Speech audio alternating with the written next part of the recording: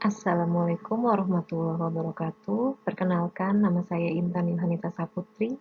Saya guru BK SMK Negeri 1 Cibinong, Bogor. Hari ini saya akan memaparkan materi layanan mengenai manajemen konflik.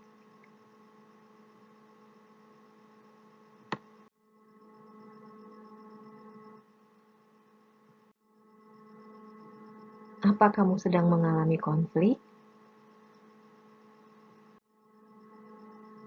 Apa itu manajemen konflik?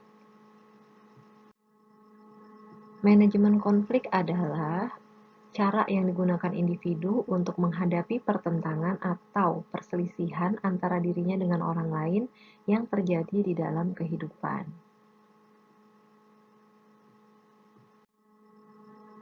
Adapun karakteristik konflik. Yang pertama, konflik itu muncul saat dua atau lebih orang kelompok itu mempunyai pemikiran yang berbeda. Yang kedua, muncul jika memiliki cara pandang yang berbeda terhadap satu objek yang sama. Yang ketiga, konflik muncul saat ekspektasi kita itu tidak dapat terpenuhi. Dan yang keempat, konflik itu muncul jika antar kelompok orang itu memperebutkan sumber yang terbatas. Ya, bisa kita lihat ada dua belah pihak yang saling berseteru. Yang kedua itu ada tujuan yang ingin dicapai. Yang ketiga itu adanya hubungan. Dampak konflik. Yang pertama itu untuk dampak konflik kita lihat dari sisi positifnya. Yang pertama itu memperjelas berbagai aspek kehidupan yang masih belum tuntas. Yang kedua, menimbulkan penyesuaian kembali norma dan nilai-nilai yang berlaku dalam masyarakat. Yang ketiga, meningkatkan solidaritas antar kelompok. Dan yang keempat, mengurangi rasa ketergantungan individu terhadap kelompoknya.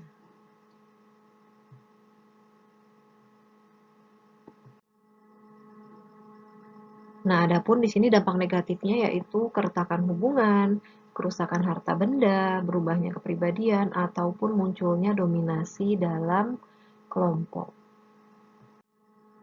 Nah, ini ada cara penyelesaian konflik. Bisa dilihat dari gambarnya.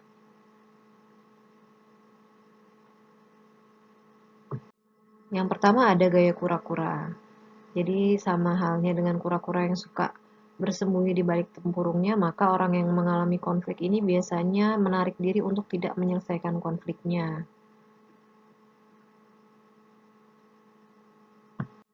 Lalu ada gaya ikan hiu. Nah, di sini gaya ikan hiu itu biasanya adalah salah satu pihak yang menang dan pihak lain itu yang kalah. Jadi biasanya mencari kemenangan dengan cara menyerang, mengungguli, ataupun mengancam. Selanjutnya adalah gaya kancil. Nah, hubungan ini sangat diutamakan. Jadi kepentingan pribadi itu menjadi hal yang kurang penting. Penyelesaian konflik ini dengan cara menghindari masalah demi kerukunan. Selanjutnya adalah gaya rubah. Gaya rubah ini menekankan kepada kompromi. Jadi mencari tujuan pribadi dan hubungan baik dengan pihak lainnya itu sama-sama penting. Dan selanjutnya adalah gaya burung hantu. Nah, ini mengutamakan tujuan pribadi sekaligus hubungan dengan orang lain. Nah, ini ada cara-cara mengelola konflik. Tadi ada yang menghindar, ada yang berdamai, ada yang menyerang. Kalau menghindar itu biasanya kita melarikan diri, menyalahkan orang lain, ataupun menyangkal. Nah, kalau kita menyerang biasanya mencela orang lain atau bergosip atau berkelahi. Nah, ini yang bagus adalah berdamai. Jadi kita bisa memaafkan satu sama lain, berbicara secara empat mata, ataupun meminta bantuan orang ketiga. Ini ada hasil akhir dari konflik, bisa kita lihat. Menang kalah, kalah kalah,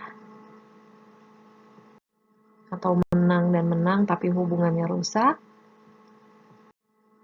ataupun menang dan menang tetapi hubungannya baik.